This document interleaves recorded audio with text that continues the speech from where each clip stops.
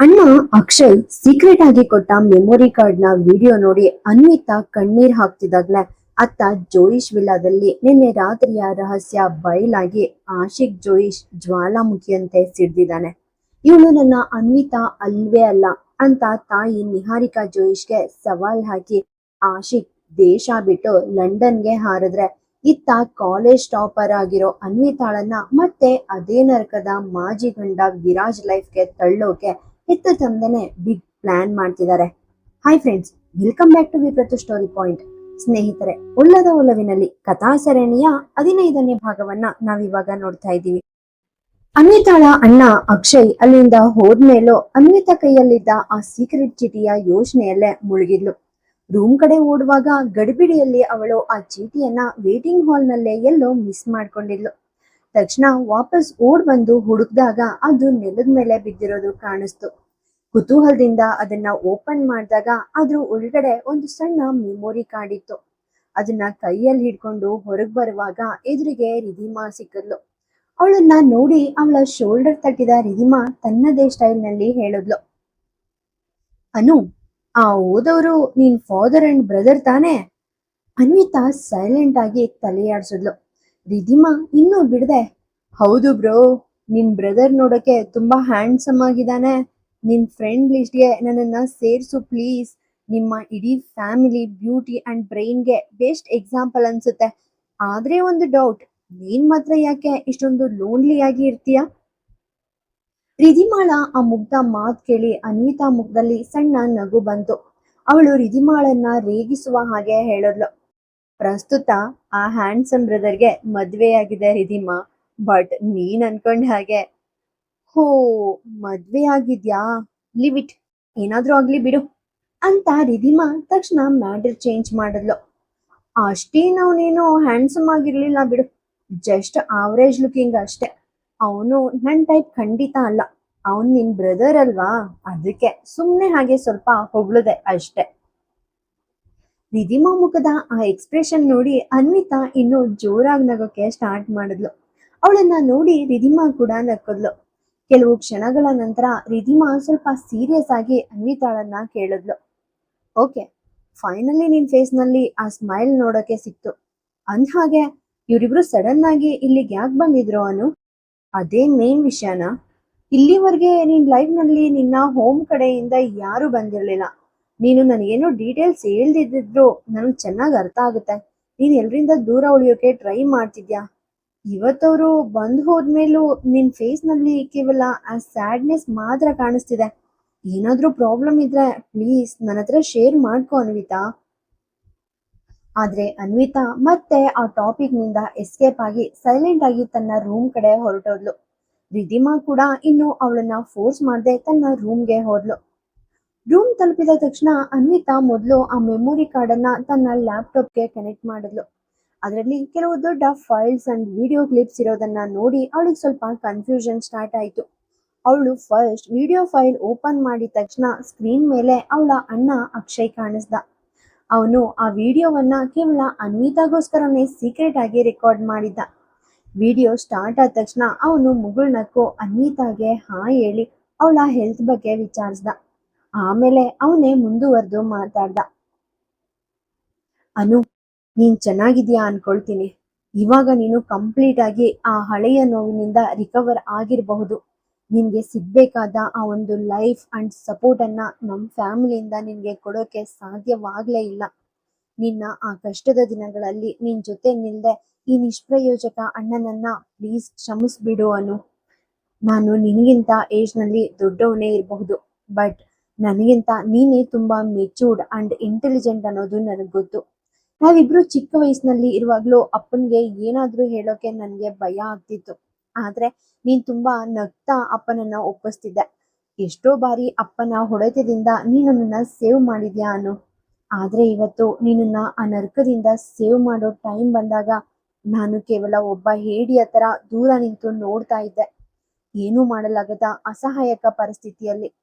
ಆ ವಿರಾಜ್ ನಿನ್ಗೆ ಅಷ್ಟೊಂದು ದೊಡ್ಡ ದ್ರೋಹ ಮಾಡಿದಾಗ ಅವನನ್ನ ಶೂಟ್ ಮಾಡ್ಬಿಡ್ಬೇಕು ಅನ್ನೋ ಕೋಪ ನನ್ನಲ್ಲಿ ಇತ್ತು.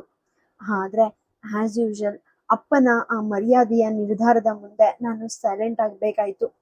ನೀನ್ ಇದನ್ನ ನನ್ ಭಯ ಅಂತಲಾದ್ರೂ ಅನ್ಕೋ ಅಥವಾ ಅಪ್ಪನ ಮೇಲಿರೋ ಗೌರವ ಅಂತನಾದ್ರೂ ಅನ್ಕೋ, ನಾನು ಅವರ ಅಗೇನೆಸ್ಟ್ ಯಾವತ್ತೂ ಹೋಗೋಕೆ ಯೋಚನೆ ಮಾಡಲ್ಲ. ಅವರ ಈ ಕೆಲವು ಹಳೆಯ ಆಲೋಚನೆಗಳನ್ನ ಬಿಟ್ರೆ ಅವರು ಇಡೀ ವರ್ಲ್ಡ್ ನಲ್ಲೇ ಬೆಸ್ಟ್ ಫಾದರ್ ಅನ್ನೋದು ನಿನಗೂ ಗೊತ್ತು ಅನ್ನು. ಬಟ್ ಈ ಸೊಸೈಟಿ ಕ್ರಿಯೇಟ್ ಮಾಡಿರೋ ಆ ಮರ್ಯಾದೆ ಅನ್ನೋ ಸಂಕೋಲೆಯಿಂದ ಹೊರಗೆ ಬರೋಕೆ ಅವರಿಂದ ಸಾಧ್ಯವಾಗ್ತಿಲ್ಲ. ನಾವು ಕೂಡ ಅವರ ಆಲೋಚನೆಯನ್ನೇ ನಮ್ಮ ಲೈಫ್ ಅನ್ಕೊಂಡು ಅಡ್ಜಸ್ಟ್ ಆಗ್ಬಿಟ್ಟಿದೀವಿ. ಆದ್ರೆ ಅನು, ನೀನ್ ಇಟ್ಟಿರೋ ಈ ಹೆಜ್ಜೆಯನ್ನ ಮಾತ್ರ ಯಾವುದೇ ಕಾರಣಕ್ಕೂ ವಾಪಸ್ ತಗೋಬೇಡ. ನಿನ್ನೆ ಸಂಜೆಯಿಂದ ಇಡೀ ಮಾಧ್ಯಮಗಳಲ್ಲಿ ನಿನ್ನ ಅಂಡ್ ಆಶಿಕ್ ಜೋಯಿಸ್ ರಿಲೇಶನ್ಶಿಪ್ ಬಗ್ಗೆ ನ್ಯೂಸ್ ವೈರಲ್ ಆಗಿದೆ. ಇದನ್ನೇ ಚಾನ್ಸ್ ತಗೊಂಡ ಆ ವಿರಾಜ್ ಅಪ್ಪನ್ಗೆ ಫೋನ್ ಮಾಡಿ ನಿನ್ ಕ್ಯಾರೆಕ್ಟರ್ ಮೇಲೆ ತುಂಬಾ ಚೀಪ್ ಅಂಡ್ ಫಾಲ್ಸ್ ಬ್ಲೇಮ್ ಮಾಡ್ತಿದ್ದಾನೆ. ನೀನ್ ಮಾಡಿದ ತಪ್ಪಿಗೆ ನಿನ್ನನ್ನ ಕ್ರಿಮಿನಲ್ ತರ ಪ್ರೂವ್ ಮಾಡ್ತಿದ್ದಾನೆ. ವಿರಾಜ್ ಅಮೆರಿಕದಲ್ಲಿ ಇದ್ದಾಗಿನಿಂದಲೇ ನೀನು ಆಶಿಕ್ ಜೊತೆ ಅಫೇರ್ ಇಟ್ಕೊಂಡಿದ್ದೆ ಅಂತ ಇಡೀ ಸೊಸೈಟಿಯಲ್ಲಿ ರೂಮರ್ ಸ್ಪ್ರೆಡ್ ಮಾಡ್ತಿದ್ದಾನೆ. ವಿರಾಜ್ಗೆ ಈ ವಿಷಯ ಗೊತ್ತಾಗಿಯೇ ಅವನು ಕಿಯಾರ ಜೊತೆ ಹೊಸ ಲೈಫ್ ಸ್ಟಾರ್ಟ್ ಮಾಡೋಕೆ ಡಿಸೈಡ್ ಮಾಡಿದ್ನಂತೆ. ವಿರಾಜ್ ನಿನ್ನನ್ನ ಆ ಮನೇಲೆ ಇಟ್ಕೊಳ್ಳೋಕೆ ರೆಡಿ ಇದ್ರು ನೀನೇ ಆಶಿಕ್ ಜೋಯಿಸ್ಗೋಸ್ಕರ ರಾತ್ರೋರಾತ್ರಿ ಮನೆಯಿಂದ ಓಡ್ ಹೋಗಿದ್ಯಾ ಅಂತ ಸುಳ್ಳು ಕತೆ ಕಟ್ಟಿದ್ದಾರೆ. ಇದೆಲ್ಲ ಕೇಳಿ ಅಪ್ಪ ಕಂಪ್ಲೀಟ್ ಆಗಿ ಅಪ್ಸೆಟ್ ಆಗಿದ್ದಾರೆ. ನಿನ್ನನ್ನ ಹೇಗಾದ್ರೂ ಮಾಡಿ ಮನೆಗೆ ಕರ್ಕೊಂಡು ಬಂದು ಆ Viraj family against case file ಮಾಡ್ಬೇಕು ಅನ್ನೋದು ಅವ್ರ ಪ್ಲಾನ್. ಆದ್ರೆ ಅನ್ವಿತಾ, ನೀನ್ ಯಾವುದೇ ಕಾರಣಕ್ಕೂ ಇಲ್ಲಿಗೆ ವಾಪಸ್ ಬರ್ಬಾರ್ದು ಅನ್ನೋದು ನನ್ನ ಆಸೆ. ಕಂದಮ್ಮ, ಇಲ್ಲಿ ನಿನ್ಗೋಸ್ಕರ ಇವಾಗ ಏನೂ ಉಳ್ದಿಲ್ಲ. ನೀನ್ ಇಲ್ಲಿಗೆ ಬಂದ್ರೆ ಲೈಫ್ ಲಾಂಗ್ ಕೇವಲ ಕೋರ್ಟ್ ಅಂಡ್ ಲೀಗಲ್ ಫೈಟ್ಸ್ ನಲ್ಲೇ ಕಳೆದು ಹೋಗ್ತೀಯ ಹೊರತು ನಿನ್ಗೆ ಜಸ್ಟಿಸ್ ಸಿಗಲ್ಲ. ನೀನು ಎಲ್ಲಿದ್ಯೋ ಅಲ್ಲೇ ಇರು. ಲೈಫ್ನಲ್ಲಿ ನಿನ್ಗೆ ಏನ್ ಇಷ್ಟನೋ ಅದನ್ನ ಸಾಧಿಸು ಅಂಡ್ ನೀನು ಯಾರನ್ನ ಪ್ರೀತಿಸ್ತೀಯೋ ಅವ್ರ ಜೊತೆನೇ ಇರು. ಈ ನಿನ್ನ ನಿರ್ಧಾರಕ್ಕೆ ನಿನ್ನ ಅತ್ತಿಗೆ ಮತ್ತೆ ಮನೆಯವರೆಲ್ಲರೂ ಸಪೋರ್ಟ್ ಇದೆ. ಬಟ್ ಅಪ್ಪನ್ಗೆ ಹೆದರಿ ಯಾರು ಓಪನ್ ಆಗಿ ಮಾತಾಡ್ತಿಲ್ಲ ಅಷ್ಟೆ. ಇವತ್ತು ಅಪ್ಪ ನಿನ್ ಮುಂದೆ ಯಾವ ನಿರ್ಧಾರ ತಗೊಳ್ತಾರೋ ಗೊತ್ತಿಲ್ಲ. ಒಂದ್ ವೇಳೆ ನೀನು ಅವ್ರ ಜೊತೆ ಬರ್ದೇ ಇದ್ರೆ ಖಂಡಿತ ನೀನ್ ಇವಾಗ ಈ ವಿಡಿಯೋ ಕ್ಲಿಪ್ ನೋಡ್ತಾ ಇರ್ತೀಯ ಅಲ್ವಾ. ಅಪ್ಪ ನಿನ್ ಮೇಲೆ ಸಿಕ್ಕಾಬಟ್ಟೆ ಕೋಪಗೊಂಡಿದ್ದಾರೆ ನಿಜ. ಬಟ್ ಅಪ್ಪ ನಿನ್ನನ್ನ ತುಂಬಾ ಪ್ರೀತಿಸ್ತಾರೆ ಅನ್ನು. ಅವ್ರ ಕೋಪ ಟೈಮ್ ಆದ್ಮೇಲೆ ಹಾಗೆ ತಣ್ಣಗಾಗುತ್ತೆ. ಅವ್ರು ನಿನ್ನ ಖುಷಿಯಿಂದ ಅಕ್ಸೆಪ್ಟ್ ಮಾಡೋ ಆ ಒಂದು ದಿನಕ್ಕಾಗಿ ನಾವೆಲ್ಲ ವೇಟ್ ಮಾಡ್ತಾ ಇರ್ತೀವಿ. ಅಷ್ಟ್ರ ಒಳಗಡೆ ನೀನ್ ಅನ್ಕೊಂಡಿರೋ ಆ ಒಂದು ಗೋಲ್ ರೀಚ್ ಆಗು. ನಾವೆಲ್ಲ ಮಿಸ್ ಮಾಡ್ಕೊಳ್ತಿದೀವಿ ಅಂತ ಅನ್ಸಿದ್ರೆ ನಿನ್ಗೋಸ್ಕರ ಉಳಿದ ಫೈಲ್ಸ್ ನಲ್ಲಿ ಅಮ್ಮ, ಮಾಧವಿ ಅಂಡ್ ಶ್ರೇಯಾ ಅತ್ತಿಗೆಯ ಮೆಸೇಜಸ್ ಕೂಡ ಇದೆ. ಫ್ರೀ ಇದ್ದಾಗ ನೋಡು. ನಮ್ ಫೋನ್ ನಂಬರ್ಸ್ ಚೇಂಜ್ ಆಗಿಲ್ಲ ಅನ್ನು. ಇಷ್ಟನ್ನ ಹೇಳಿ ಅಕ್ಷಯ್ ವಿಡಿಯೋ ಮುಗಿಸ್ದ. ಅನ್ವಿತಾಳ ಕಣ್ಣುಗಳಿಂದ ಕಣ್ಣೀರು ನಿರಂತರವಾಗಿ ಹರಿಯೋಕೆ ಸ್ಟಾರ್ಟ್ ಆಯ್ತು. ಉಳಿದ ವಿಡಿಯೋ ಕ್ಲಿಪ್ಸ್ ಓಪನ್ ಮಾಡಿದಾಗ ಅದರಲ್ಲಿ ಅವಳ ತಾಯಿ ಮಾಧವಿ ಅಂಡ್ ಅತ್ತಿಗೆ ಶ್ರೇಯಾ ತುಂಬಾ ಎಮೋಷನಲ್ ಆಗಿ ಅವಳ ಫ್ಯೂಚರ್ಗೆ ಆಲ್ ದಿ ಬೆಸ್ಟ್ ಹೇಳಿದ್ರು. ಇದೆಲ್ಲ ನೋಡಿದ್ಮೇಲೆ ಅನ್ವಿತಾಗೆ ತನ್ನ ಕಣ್ಣೀರನ್ನ ಕಂಟ್ರೋಲ್ ಮಾಡೋಕೆ ಸಾಧ್ಯವಾಗ್ಲೇ ಇಲ್ಲ. ಒಂದೆಡೆ ಫ್ಯಾಮಿಲಿ ಮೆಂಬರ್ಸ್ ತನ್ನ ಸಪೋರ್ಟ್ಗೆ ಇದ್ದಾರೆ ಅನ್ನೋ ಖುಷಿ ಇದ್ರೆ, ಇನ್ನೊಂದೆಡೆ ತಂದೆ ಆಡಿದ ಆ ವಿಷದ ಮಾತುಗಳ ನೋವು ಅವಳನ್ನ ಹಿಂಸಿಸ್ತಿತ್ತು. ಇವತ್ತು ಅವಳು ತಂದೆಯ ಎದುರು ಆ ತರ ರಿಯಾಕ್ಟ್ ಮಾಡಿದ್ದು ಲೈಫ್ ನಲ್ಲೇ ಫಸ್ಟ್ ಟೈಮ್. ಆದ್ರೆ ಇವತ್ತು ಅವಳು ಅವ್ರ ಜೊತೆ ಹೋಗಿದ್ರೆ ಇಷ್ಟು ದಿನ ಅವಳು ಪಟ್ಟ ಕಷ್ಟ ಅಂಡ್ ಅವಳ ಅಸ್ತಿತ್ವಕ್ಕೆ ಯಾವುದೇ ಬೆಲೆ ಇರ್ತಿರ್ಲಿಲ್ಲ. ಅನ್ವಿತಾ ಇನ್ಮೇಲೆ ಯಾರ ಮುಂದೆನೂ ತಲೆ ತಗ್ಸಿ ಬದುಕೋಕೆ ರೆಡಿ ಇರ್ಲಿಲ್ಲ. ಇದು ಕೇವಲ ಆಶಿಕ್ ಕೊಟ್ಟ ಧೈರ್ಯ ಅಲ್ಲ, ಇದು ಅನ್ವಿತಾಳ ಸ್ವಂತ ನಿರ್ಧಾರ. ವಿರಾಜ್ ಜೊತೆ ಬದುಕುವಾಗ ಅವಳು ಅನುಭವಿಸಿದ ಆ ಇನ್ಸಲ್ಟ್ ಅಂಡ್ ಅಪಖ್ಯಾತಿಯಿಂದ ಮುಕ್ತಳಾಗಿ ತನ್ನದೇ ರೂಲ್ಸ್ ಪ್ರಕಾರ ಲೈಫ್ ಲೀಡ್ ಮಾಡಬೇಕು ಅನ್ನೋದು ಅವಳ ಏಕೈಕ ಉದ್ದೇಶವಾಗಿತ್ತು. ಆಶಿಕ್ ಕೊಟ್ಟ ಆ ಲವ್ ಅಂಡ್ ರೆಸ್ಪೆಕ್ಟ್ ಇವತ್ತು ಅವಳ ಥಿಂಕಿಂಗ್ ಸ್ಟೈಲ್ ಅನ್ನೇ ಚೇಂಜ್ ಮಾಡಿದ್ದು ನಿಜ. ಆದ್ರೆ ಅವಳ ಗೋಲ್ ಯಾವತ್ತೂ ಅವಳದ್ದೇ ಆಗಿತ್ತು. ಆ ಕರಾಳ ರಾತ್ರಿ ಮನೆಯಿಂದ ಹೊರಡುವಾಗ ಅವಳ ಮನಸ್ಸಿನಲ್ಲಿ ಇದ್ದ ಆ ಹಠ ಇವತ್ತಿಗೂ ಚೇಂಜ್ ಆಗಿರ್ಲಿಲ್ಲ. ವಿರಾಜ್ ಕೊಟ್ಟ ಆ ಮೆಂಟಲ್ ಅಂಡ್ ಫಿಸಿಕಲ್ ಟಾರ್ಚರ್ ಅವಳಿಗೆ ಇನ್ನೂ ಮರ್ತಿರ್ಲಿಲ್ಲ. ಇವತ್ತಿಗೂ ಅವಳು ರಾತ್ರಿ ಹಠಾತ್ತನೆ ಬೆವತ್ಕೊಂಡು ಎಚ್ಚರವಾಗ್ತಾ ಇದ್ಲು. ವಿರಾಜ್ ಅವಳಿಗೆ ಎಂತಹ ದ್ರೋಹ ಮಾಡಿದಾನೆ ಅನ್ನೋದು ಅವಳಿಗೆ ಚೆನ್ನಾಗಿ ಗೊತ್ತಿತ್ತು. ಅದಕ್ಕಾಗಿನೇ ಯಾವುದೇ ಪರಿಸ್ಥಿತಿಯಲ್ಲೂ ತಾನು ವಿರಾಜ್ಗಿಂತ ಕಡಿಮೆ ಇಲ್ಲ ಅಂತ ಪ್ರೂವ್ ಮಾಡ್ಬೇಕಿತ್ತು. ವಿರಾಜ್ ಮಾಡಿದ ಆ ಪಾಪಕ್ಕೆ ದೇವ್ರು ಖಂಡಿತ ಒಂದು ದಿನ ಶಿಕ್ಷೆ ಕೊಡ್ತಾನೆ ಅಂತ ಅವಳು ವೆಯ್ಟ್ ಮಾಡ್ತಿದ್ಲು. ಅವಳು ಬಯಸಿದ್ರೆ ಆವಾಗ್ಲೇ ಕೋರ್ಟ್ ಮೇಟಿಲ್ ಹತ್ತಬಹುದಿತ್ತು. ಆದ್ರೆ ಈ ಸೊಸೈಟಿಯಲ್ಲಿ ಹೆಂಡತಿಯ ಒಪ್ಪಿಗೆ ಇಲ್ಲದೆ ಗಂಡ ಏನೇ ಮಾಡಿದ್ರು ಅದನ್ನ ದೊಡ್ಡ ಅಪರಾಧ ಅಂತ ಯಾರು ಕನ್ಸಿಡರ್ ಮಾಡಲ್ಲ ಅನ್ನೋ ಕಹಿ ಸತ್ಯ ಅವಳಿಗೆ ಗೊತ್ತಿತ್ತು. ಲೀಗಲಿ ಅವಳಿನ್ನು ವಿರಾಜ್ ಹೆಂಡತಿನೇ ಆಗಿದ್ಲು ಅಂಡ್ ಅವಳಿಗೆ ಡಿವೋರ್ಸ್ ಬೇಕಾಗಿತ್ತು.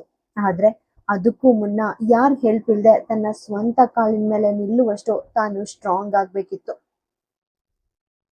ಇನ್ನೊಂದ್ ಕಡೆ ಆಶಿಕ್ ಜೊತೆಗಿನ ಆ ಕ್ಲೋಸ್ನೆಸ್ ಇವತ್ತು ಅನ್ವಿತಾಳ ಹೃದಯದಲ್ಲಿ ಪ್ರೀತಿಯ ಹೊಸ ತಲ್ಲಣ ಸೃಷ್ಟಿಸಿತ್ತು. ನಿನ್ನೆ ನಡೆದ ಆ ಇನ್ಸಿಡೆಂಟ್ ಆದ್ಮೇಲೆ ಅವಳು ಬಯಸಿದ್ರು ಆಶಿಕ್ ನೆನಪನ್ನ ಮನಸ್ಸಿನಿಂದ ಹೊರಗೆ ಹಾಕೋಕೆ ಸಾಧ್ಯ ಆಗ್ತಾ ಇರ್ಲಿಲ್ಲ. ಆದ್ರೆ ಕೇವಲ ಇಲ್ಯೂಷನ್ ನಂಬ್ಕೊಂಡು ಲೈಫ್ ನಡ್ಸೋಕೆ ಸಾಧ್ಯ ಇಲ್ಲ ಅನ್ನೋದು ಅವಳ ಮೈಂಡ್ಗೆ ಕ್ಲಿಯರ್ ಆಗಿ ಗೊತ್ತಿತ್ತು. ಆ ಒಂದು ಭ್ರಮೆ ಮುರಿದ್ ಬೀಳುವ ದಿನ ಅವಳ ಈ ರಿಲೇಶನ್ಶಿಪ್ ಮರಳಿನ ಕೋಟೆಯ ತರ ಛಿದ್ರವಾಗಿ ಹೋಗುತ್ತೆ ಅನ್ನೋ ಭಯ ಇವತ್ತು ಅವಳನ್ನ ಸಿಕ್ಕಾಪಟ್ಟೆ ಕಾಡ್ತಿತ್ತು. ಏನೋ ಒಂದು ಬ್ಯಾಡ್ ಇನ್ಸಿಡೆಂಟ್ ನಡೆಯಲಿದೆ ಅನ್ನೋ ನೆಗೆಟಿವ್ ಫೀಲಿಂಗ್ ಅವಳಲ್ಲಿ ಸ್ಟಾರ್ಟ್ ಆಯ್ತು.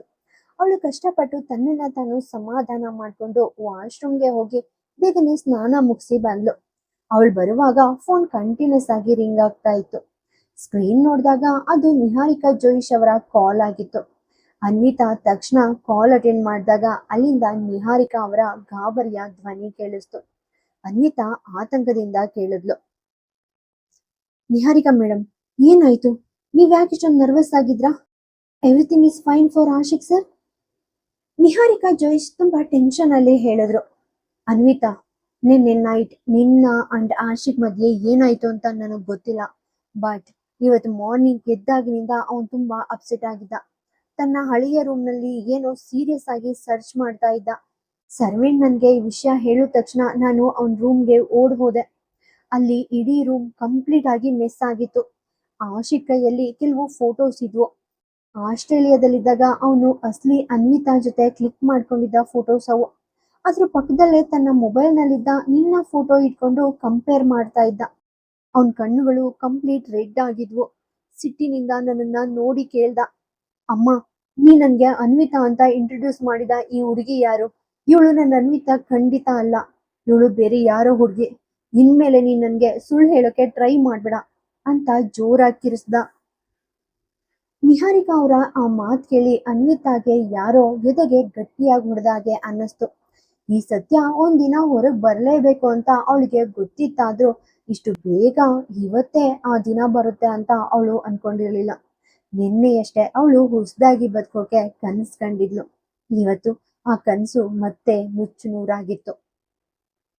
ನಿಹಾರಿಕಾ ಮುಂದುವರೆದು ಹೇಳಿದ್ರು, ಆಶಿಕ್ ಆ ತರ ಕ್ವಶನ್ ಮಾಡಿದ್ಮೇಲೆ ನನ್ಗೆ ಇನ್ನು ಸುಳ್ಳು ಹೇಳೋಕೆ ಆಗ್ಲಿಲ್ಲ ಅನ್ವಿತಾ. ನಾನು ಅವನಿಗೆ ಕಂಪ್ಲೀಟ್ ಸತ್ಯವನ್ನ ಹೇಳ್ಬಿಟ್ಟೆ.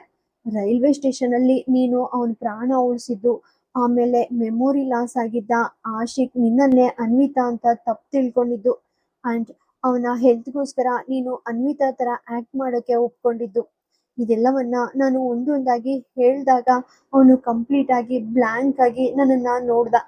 ಆಮೇಲೆ ತಕ್ಷಣ ಎದ್ದು ತನ್ನ ಬ್ಯಾಗ್ ಪ್ಯಾಕ್ ಮಾಡ್ಕೊಂಡು ಪಾಸ್ಪೋರ್ಟ್ ತಗೊಂಡು ಯಾರ ಕೈಗೂ ಸಿಗದೆ ಮನೆಯಿಂದ ಹೊರಟು ಹೋದ. ಇವಾಗ ಅವನು ನನ್ನ ಕಾಲ್ಸ್ ಕೂಡ ಪಿಕ್ ಮಾಡ್ತಿಲ್ಲ ಅನ್ವಿತಾ. ನನಗೆ ತುಂಬಾ ಟೆನ್ಷನ್ ಆಗ್ತಿದೆ. ಅವನ ಸೆಕ್ಯೂರಿಟಿಗೋಸ್ಕರ ಬಾಡಿ ಗಾರ್ಡ್ಸ್ ಕಳ್ಸಿದ್ದೀನಿ. ಇನ್ಫಾರ್ಮೇಶನ್ ಸಿಗ್ಬಹುದು. ಅವನು ನಿನ್ ಮೇಲಿರೋ ಕೋಪಕ್ಕೆ ನಿನ್ನನ್ನ ಮೀಟ್ ಮಾಡೋಕೆ ಬಂದ್ರೂ ಬರ್ಬೋದು ಅಂತ ನಿನ್ಗೆ ಕಾಲ್ ಮಾಡ್ದೆ. ನಿಹಾರಿಕಾ ಅವರು ಫೋನ್ ನಲ್ಲಿ ಇಷ್ಟೆಲ್ಲಾ ಹೇಳ್ತಾ ಇದ್ರು. ಅನ್ವಿತಾ ಮಾತ್ರ ಕಂಪ್ಲೀಟ್ ಆಗಿ ಶಾಕ್ ಆಗಿ ಸೈಲೆಂಟ್ ಆಗಿ ನಿಂತಿದ್ಲು. ಇವತ್ತು ಒಂದೇ ದಿನದಲ್ಲಿ ಅವಳಿಗೆ ಸಿಕ್ಕ ಎರಡನೇ ಬಿಗ್ ಶಾಕ್ ಇದು. ಅವಳ ಮೈಂಡ್ ಕಂಪ್ಲೀಟ್ ಆಗಿ ಬ್ಲಾಂಕ್ ಆಗಿ ಬಿಟ್ಟಿತ್ತು. ನಿಹಾರಿಕಾ ಜೋಯಿಶ್ ಆಮೇಲೆ ಏನ್ ಹೇಳಿದ್ರು ಅನ್ನೋದು ಅವಳಿಗೆ ಕೇಳಿಸ್ಲೇ ಇಲ್ಲ. ಅನ್ವಿತಾ ಸೈಲೆಂಟ್ ಆಗಿರೋದನ್ನ ನೋಡಿ ನಿಹಾರಿಕಾ ಸ್ವಲ್ಪ ಜೋರಾಗಿ ಕರೆದ್ರು, ಅನ್ವಿತಾ, ಆರ್ ಯು ಓಕೆ? ಮಗ್ಳೆ, ಚಿಂತೆ ಮಾಡ್ಬೇಡ. ಏನೇ ನಡೆದ್ರು ಇದರ ಎಫೆಕ್ಟ್ ನಿನ್ನ ಸ್ಟಡೀಸ್ ಅಥವಾ ನಿನ್ನ ಗೌರವದ ಮೇಲೆ ಬೀಳೋಕೆ ನಾನ್ ಬಿಡಲ್ಲ. ನನ್ ಮಗನ ಕ್ಯಾರೆಕ್ಟರ್ ನನಗ್ ಗೊತ್ತು. ಅವ್ನ್ ಯಾವತ್ತೂ ಒಬ್ಬ ಹೆಣ್ಣು ಮಗಳಿಗೆ ಇನ್ಸಲ್ಟ್ ಮಾಡಲ್ಲ. ನಿನ್ ಕರಿಯರ್ಗೆ ಯಾವುದೇ ತೊಂದರೆ ಆಗಲ್ಲ. ಇದೆಲ್ಲ ನನ್ ಫೋರ್ಸ್ ಇಂದ ನಡೆದಿದ್ದು ಅಂತ ನಾನು ಅವನಿಗೆ ಆವಾಗಲೇ ಕ್ಲಿಯರ್ ಮಾಡಿದ್ದೀನಿ. So please don't worry. ಒಂದ್ ವೇಳೆ ಆಶಿಕ್ ನಿನ್ನ ಮೀಟ್ ಮಾಡೋಕೆ ಬಂದ್ರೆ ಸತ್ಯ ಹೇಳು. ಬಟ್ ಅವನು ಬರೋ ಡೌಟ್ ಅನ್ಸುತ್ತೆ. ಅವನಿವಾಗ ತನ್ನ ಫ್ರೆಂಡ್ ಮನೆಗೋ ಅಥವಾ ಬೇರೆ ಎಲ್ಲೋ ಲಾಂಗ್ ಟ್ರಿಪ್ ಹೋಗಿರಬಹುದು. ಅವನ ಬಗ್ಗೆ ಅಪ್ಡೇಟ್ ಸಿಕ್ಕ ತಕ್ಷಣ ನಿನ್ಗೆ ಇನ್ಫಾರ್ಮ್ ಮಾಡ್ತೀನಿ. Take care. ಇಷ್ಟನ್ನ ಹೇಳಿ ನಿಹಾರಿಕಾ ಕಾಲ್ ಕಟ್ ಮಾಡಿದ್ರು. ಆ ಕಾಲ್ ಕಟ್ ಆದ ತಕ್ಷಣ ಅನ್ವಿತಾ ಲೈಫ್ ನಲ್ಲಿದ್ದ ಆ ಸಣ್ಣ ಖುಷಿ ಕೂಡ ಕಟ್ ಆದಾಗೆ ಅನ್ನಿಸ್ತು. ಅವಳು ಸೈಲೆಂಟ್ ಆಗಿ ಹೋಗಿ ಬೆಡ್ ಮೇಲೆ ಮಲಗಿ ಸೀಲಿಂಗ್ ಫ್ಯಾನ್ ಕಡೆ ನೋಡ್ತಾ ಕಣ್ಣೀರ್ ಹಾಕೋಕೆ ಸ್ಟಾರ್ಟ್ ಮಾಡಿದ್ಲು. ತನ್ನ ಮನಸ್ಸಿನ ಈ ಬಿರುಗಾಳಿಯನ್ನ ಕಂಟ್ರೋಲ್ ಮಾಡ್ಕೊಂಡು ಕೇವಲ ಸ್ಟಡೀಸ್ ಮೇಲೆ ಕಾನ್ಸಂಟ್ರೇಟ್ ಮಾಡ್ಬೇಕಂತ ಅವಳಿಗೆ ಚೆನ್ನಾಗಿ ಗೊತ್ತಿತ್ತು. ಆಶಿಕ್ ಸಿಕ್ಕಿದ್ದು ಅವಳ ಈ ಲಾಂಗ್ ಜರ್ನಿಯಲ್ಲಿ ಕೇವಲ ಒಂದು ಸಣ್ಣ ಸ್ಟಾಪ್ ಅಷ್ಟೇ. ಅವನು ಒಂದಲ್ಲ ಒಂದಿನ ಅವಳ ಲೈಫ್ ನಿಂದ ದೂರ ಹೋಗ್ಲೇಬೇಕಿತ್ತು. ಅವಳು ಅನಗತ್ಯವಾಗಿ ಆಶಿಕ್ ಮೇಲೆ ಎಕ್ಸ್ಪೆಕ್ಟೇಷನ್ ಇಟ್ಕೊಳ್ಬಾರ್ದಿತ್ತು. ಇನ್ಮೇಲೆ ಕೇವಲ ತನ್ನ ಕರಿಯರ್ ಬಗ್ಗೆ ಫೋಕಸ್ ಮಾಡ್ಬೇಕು ಅಂತ ಅವಳು ತನ್ನ ಮನ್ಸಿಗೆ ಎಷ್ಟೇ ಸಮಾಧಾನ ಮಾಡಿದ್ರು ಅವಳ ಕಣ್ಣೀರ್ ಮಾತ್ರ ನಿಲ್ತಿರ್ಲಿಲ್ಲ. ಇವತ್ತು ಆ ರೂಮ್ ಇಷ್ಟೊಂದು ದೊಡ್ಡದಾಗಿದ್ರು ಅವಳಿಗೆ ಸಡನ್ ಆಗಿ ಉಸಿರು ಬಿಟ್ಟುವ ವಾತಾವರಣ ಕ್ರಿಯೇಟ್ ಆದ ಹಾಗೆ ಅನ್ನಿಸ್ತು. ಆಶಿಕ್ ಮುಂದೆ ತಾನು ನಿರಪರಾಧಿ ಅಂತ ಪ್ರೂವ್ ಮಾಡೋಕೆ ಅಥವಾ ಕನಿಷ್ಠ ಒಂದು ಗುಡ್ ಬೈ ಹೇಳೋಕೆ ಕೂಡ ಚಾನ್ಸ್ ಸಿಗ್ಲಿಲ್ವಲ್ಲ ಅನ್ನೋ ನೋವು ಅವಳನ್ನ ಒಳಗಿನಿಂದ ತಿಂತಾ ಇತ್ತು. ವಿರಾಜ್ ತನ್ಗೆ ದ್ರೋಹ ಮಾಡಿದಾಗ ಅವಳ ಹೃದಯ ಒಡೆದಿದ್ದು ನಿಜ. ಆದ್ರೆ ಇವತ್ತು ಆಶಿಕ್ ದೂರವಾದಾಗ ಆಗ್ತಿರೋ ನೋವು ಬೇರೆ ತರ ಇತ್ತು. ಇಲ್ಲಿ ಯಾರು ಅವಳಿಗೆ ಬೆನ್ನಿಗೆ ಇರ್ತಿರ್ಲಿಲ್ಲ. ಕೇವಲ ಹಣೆ ಬರಹ ಅವಳ ಜೊತೆ ಆಟವಾಡಿತ್ತು. ಈ ನೋವಿನಿಂದಲೂ ತಾನು ಬೇಗನೆ ಹೊರಗ್ ಬರ್ತೀನಿ ಅಂತ ಅನ್ವಿತಾ ಕಣ್ಣು ಮುಚ್ಕೊಂಡ್ಲು. ಆದ್ರೆ ಕಣ್ಣು ಮುಚ್ಚಿದ ತಕ್ಷಣ ಆಶಿಕ್ ಮುಖವೇ ಕಣ್ಣು ಮುಂದೆ ಬಂದ್ ನಿಲ್ಲುತ್ತಾ ಇತ್ತು. ಈ ಇನ್ಸಿಡೆಂಟ್ ನಡೆದು ಇವಾಗ ಕಂಪ್ಲೀಟ್ ಆಗಿ 1 ತಿಂಗಳು ಕಳೆದು ಹೋಗಿತ್ತು. ಆಶಿಕ್ ಅನ್ವಿತಾಳನ್ನ ಬಿಟ್ಟು ಹೋದ್ಮೇಲೆ ಇಷ್ಟು ದಿನ ಅವಳನ್ನ ಕಾಂಟ್ಯಾಕ್ಟ್ ಮಾಡೋಕೆ ಟ್ರೈ ಮಾಡಿರ್ಲಿಲ್ಲ. ಯಾವುದೇ ಕಾಲ್ ಮಾಡ್ಲಿಲ್ಲ, ಯಾವುದೇ ಕ್ವಶನ್ ಕೇಳಲಿಲ್ಲ. ಅವನು ಕಂಪ್ಲೀಟ್ ಆಗಿ ಮಾಯವಾಗಿದ್ದ. ಆ ದಿನ ಮನೆಯಿಂದ ಹೋದ ಆಶಿಕ್ ನೇರವಾಗಿ ಲಂಡನ್ಗೆ ತನ್ನ ಚಿಕ್ಕಮ್ಮನ ಮನೆಗೆ ಹೋಗಿದ್ದಾನೆ ಅನ್ನೋ ವಿಷಯವನ್ನ ನಿಹಾರಿಕಾ ಅವರು ಆಮೇಲೆ ಅನ್ವಿತಾಗೆ ಇನ್ಫಾರ್ಮ್ ಮಾಡಿದ್ರು. ಅವನು ಲಂಡನ್ ನಲ್ಲಿ ಇದ್ಕೊಂಡೆ ತನ್ನ ಅಸಲಿ ಅನ್ವಿತಾ ಎಲ್ಲಿದ್ದಾಳೆ ಅಂತ ಇನ್ನು ಸರ್ಚ್ ಮಾಡ್ತಿದ್ದಾನೆ ಅಂತ. ಅವನಿವಾಗ ಮೊದ್ಲಿನ ತರ ಕಂಪ್ಲೀಟ್ ಆಕ್ಟಿವ್ ಅಂಡ್ ಕಾನ್ಫಿಡೆಂಟ್ ಆಗಿ ಲೈಫ್ ಲೀಡ್ ಮಾಡ್ತಿದ್ದಾನೆ ಅನ್ನೋದು ನಿಹಾರಿಕಾ ಅವರಿಗೆ ತುಂಬಾ ಖುಷಿ ಕೊಟ್ಟಿದೆ. ಆಶಿಕ್ ಮತ್ತೆ ನಾರ್ಮಲ್ ಲೈಫ್ಗೆ ಬರೋಕೆ ಮೇನ್ ರೀಸನ್ ಅನ್ವಿತಾ ಮಾತ್ರ ಆಗಿದ್ಲು. ಅದಕ್ಕಾಗಿಯೇ ನಿಹಾರಿಕಾ ಜೋಯಿಶ್ ಆಶಿಕ್ ಹೋದ 2 ದಿನದ ನಂತರ ಪರ್ಸನಲ್ ಆಗಿ ಕಾಲೇಜ್ಗೆ ಬಂದು ಅನ್ವಿತಾಗೆ ಥ್ಯಾಂಕ್ಸ್ ಹೇಳಿದ್ರು. ಅದನ್ನ ಕೇಳುವಾಗ ಅನ್ವಿತಾಳಿಗೆ ಒಳಗಿನಿಂದ ರಕ್ತದ ಕಣ್ಣೀರ್ ಬರ್ತಾ ಇತ್ತು. ತಾನು ಕೂಡ ಆಶಿಕ್ನನ್ನ ಎಷ್ಟು ಪ್ರೀತಿಸ್ತಿದ್ದೀನಿ ಅನ್ನೋ ಸತ್ಯವನ್ನ ಅವಳು ನಿಹಾರಿಕಾ ಎದುರು ಎಲ್ಲೂ ತೋರಿಸ್ಕೊಳ್ಳಿಲ್ಲ. ನಿಹಾರಿಕಾ ಹೋಗುವಾಗ ತುಂಬಾ ಪ್ರೀತಿಯಿಂದ ಅನ್ವಿತಾಳನ್ನ ಹಗ್ ಮಾಡ್ಕೊಂಡು ಕೈಯಲ್ಲಿ ಒಂದು ಸಣ್ಣ ಪೇಪರ್ ಇಟ್ಟು ಹೊರಟೋದ್ರು. ಅವರು ಹೋದ್ಮೇಲೆ ಅನ್ವಿತಾ ಆ ಪೇಪರ್ ಓಪನ್ ಮಾಡಿ ನೋಡಿದಾಗ ಅದು ನಿಹಾರಿಕಾ ಜೋಯಿಶ್ ಅವರ ಸಿಗ್ನೇಚರ್ ಇರೋ ಒಂದು ಬ್ಲಾಂಕ್ ಚೆಕ್ ಆಗಿತ್ತು. ಅನ್ವಿತಾ ಮುಖದಲ್ಲಿ ಒಂದು ವ್ಯಂಗ್ಯದ ನಗು ಮೂಡ್ತು. ನಿಹಾರಿಕಾ ತಿಳಿಯದೆಯೇ ಅನ್ವಿತಾಳ ಆ ಅಮೂಲ್ಯವಾದ ಪ್ರೀತಿಗೆ ಒಂದು ಬ್ಲಾಂಕ್ ಚೆಕ್ ಮೂಲಕ ಬೆಲೆ ಕಟ್ಟಿದ್ರು. ಅನ್ವಿತಾ ಆ ಚೆಕ್ ತಗೊಂಡು ಇಷ್ಟು ದಿನ ಆ ವಿರಾಜ್ ಕೊಟ್ಟಿದ್ದ ಚೆಕ್ ಇಟ್ಟಿದ್ದ ಅದೇ ಲಕೋಟೆಯ ಒಳಗಡೆ ಎತ್ತಿಟ್ಲು. ಅವಳ ಲೈಫ್ ನ 2 ಮುಖ್ಯವಾದ ರಿಲೇಶನ್ಶಿಪ್ಸ್ ಇವತ್ತು ಕೇವಲ 2 ಚೆಕ್ಗಳ ಮೂಲಕ ಎಂಡ್ ಆಗಿದ್ದು ಒಂದು ಬಿಗ್ ಐರನಿ ಆಗಿತ್ತು. ವಿರಾಜ್ ಕೊಟ್ಟ ಚೆಕ್ ಅವಳ ಸೆಲ್ಫ್ ರೆಸ್ಪೆಕ್ಟ್ ಅನ್ನ ಹಾಳು ಮಾಡಿತು. ಆದ್ರೆ ಆಶಿಕ್ ಕೊಟ್ಟ ಈ ನೆನಪುಗಳು ಅವಳಿಗೆ ಪ್ರೀತಿಯ ಅಸಲಿ ಅರ್ಥವನ್ನ ಕಲಿಸಿದ್ವು. ಇವತ್ತಿಗೆ 1.5 ತಿಂಗಳು ಮುಗ್ದಿದ್ದು ಅನ್ವಿತಾ ತನ್ನ ಲೈಫ್ ಜೊತೆ ಕಂಪ್ಲೀಟ್ ಆಗಿ ಕಾಂಪ್ರಮೈಸ್ ಆಗಿದ್ಲು. ಇವಾಗ ಅವಳಿಗೆ ವಿರಾಜ್ನ ಆ ಹಳೆಯ ಹಾರರ್ ಕನಸುಗಳು ಬೀಳ್ತಿರ್ಲಿಲ್ಲ. ಆದ್ರೆ ಆಶಿಕ್ ಜೊತೆ ಕಳೆದ ಆ ಬ್ಯೂಟಿಫುಲ್ ಮೂಮೆಂಟ್ಸ್ ಇವಳಿಗೆ ರಾತ್ರಿ ನೆಮ್ಮದಿಯಾಗಿ ನಿದ್ರೆ ಮಾಡೋಕೆ ಬಿಡ್ತಾ ಇರ್ಲಿಲ್ಲ. ಎಷ್ಟೇ ಟ್ರೈ ಮಾಡಿದ್ರು ರಾತ್ರಿ ನೆನಪುಗಳಲ್ಲೇ ಕಳೆದು ಹೋಗ್ತಿತ್ತು. ಆದ್ರೂ ಅವಳು ಇಲ್ಲಿಯವರೆಗೆ ಆಶಿಕ್ ಹೆಸರನ್ನ ತನ್ನ ಬಾಯಿಂದ ಎಲ್ಲೂ ಹೇಳಿರ್ಲಿಲ್ಲ. ಸ್ಟಾರ್ಟಿಂಗ್ ನಲ್ಲಿ ಅನ್ವಿತಾಳ ಈ ಸೈಲೆನ್ಸ್ ನೋಡಿ ರಿಧಿಮಾ ತುಂಬಾ ಟೆನ್ಷನ್ ತಗೊಂಡಿದ್ಲು. ಫೈನಲಿ ಅವಳು ಕಂಟಿನ್ಯೂಸ್ ಆಗಿ ಫೋರ್ಸ್ ಮಾಡಿದಾಗ ಅನ್ವಿತಾ ತನ್ನ ಪಾಸ್ಟ್ ಲೈಫ್ ಅಂಡ್ ತನಗೆ ಆಲ್ರೆಡಿ ಮದುವೆಯಾಗಿರೋ ಸತ್ಯದ ಜೊತೆಗೆ ಆಶಿಕ್ ರಿಲೇಶನ್ಶಿಪ್ ನ ಕಂಪ್ಲೀಟ್ ರಿಯಾಲಿಟಿಯನ್ನ ರಿಧಿಮಾಗೆ ಹೇಳ್ಬಿಟ್ಲು. ಇದೆಲ್ಲ ಕೇಳಿದ್ಮೇಲೆ ರಿಧಿಮಾಗೆ ಅನ್ವಿತಾ ಮೇಲೆ ಸಿಕ್ಕಾಪಟ್ಟೆ ಕೋಪ ಬಂತು. ಯಾರೋ ಹೇಳಿದ ಮಾತಿಗೋಸ್ಕರ ನೀನ್ ಲೈಫ್ ಅನ್ನ ಯಾಕೆ ಹೀಗೆ ರಿಸ್ಕ್ ನಲ್ಲಿ ಇಟ್ಟೆ ಅಂತ ಗದರಿಸಿದ್ಲು. ನೀನು ಆಶಿಕ್ನ ಲವ್ ಮಾಡ್ತಿದ್ಯಾ ಅಂದ್ಮೇಲೆ ನಿನ್ನ ಲವ್ ಎಕ್ಸ್ಪ್ರೆಸ್ ಮಾಡ್ಬೇಕಿತ್ತು ತಾನೆ ಅಂತ ಕೇಳಿದ್ಲು. ಅದಕ್ಕೆ ಅನ್ವಿತಾ ತುಂಬಾ ಸಮಾಧಾನವಾಗಿ ಆನ್ಸರ್ ಮಾಡಿದ್ಲು. ರಿಧಿಮಾ, ಆ ರಿಲೇಶನ್ಶಿಪ್ ಕೇವಲ ಒಂದು ಇಲ್ಯೂಷನ್ ಆಗಿತ್ತು. ಅವನ್ ಯಾವತ್ತೂ ನನ್ನನ್ನ ಪ್ರೀತಿಸ್ಲಿಲ್ಲ. ಬದಲಾಗಿ ನನ್ನ ಮುಖದಲ್ಲಿ ತನ್ನ ಅನ್ವಿತಾ ನನ್ನ ನೋಡಿ ಪ್ರೀತಿಸ್ತಿದ್ದ ಅಷ್ಟೆ. ನಾನು ನನ್ನ ಫೀಲಿಂಗ್ಸ್ ಹೇಳಿದ್ರು ಅವನು ನನ್ನನ್ನ ಅಕ್ಸೆಪ್ಟ್ ಮಾಡ್ತಿರ್ಲಿಲ್ಲ. ಯಾಕಂದ್ರೆ ಅವನು ಆ ಅನ್ವಿತಾಗೋಸ್ಕರ ಹುಚ್ಚನಾಗುವಷ್ಟು ಲವ್ ಮಾಡ್ತಿದ್ದಾನೆ. ಅಂಥವನ ಮನಸ್ಸಿನಿಂದ ಆ ಪ್ರೀತಿಯನ್ನ ಹೊರಗೆ ಹಾಕೋದು ಇಂಪಾಸಿಬಲ್. ಅಂಡ್ ನನಗೆ ಬೇರೆ ಯಾರೋ ಹೆಸರಿನಲ್ಲಿ ಸಿಗೋ ಆ ಪ್ರೀತಿ ಬೇಕಾಗಿರ್ಲಿಲ್ಲ. ಅವನು ಒಂದಲ್ಲ ಒಂದಿನ ಹೋಗ್ಲೇಬೇಕಿತ್ತು. ಹೋದ. ಇನ್ಮೇಲೆ ನನ್ನ ಲೈಫ್ನ ಏಕೈಕ ಗೋಲ್ ನನ್ನ ಸ್ವಂತ ಕಾಲಿನ ಮೇಲೆ ನಿಲ್ಲೋದು ಮಾತ್ರ. ಇನ್ ಮುಂದೆ ಯಾವೊಬ್ಬ ಪುರುಷನೂ ನನ್ನ ಲೈಫ್ ಜೊತೆ ಆಟ ಆಡೋಕೆ ನಾನ್ ಚಾನ್ಸ್ ಕೊಡಲ್ಲ.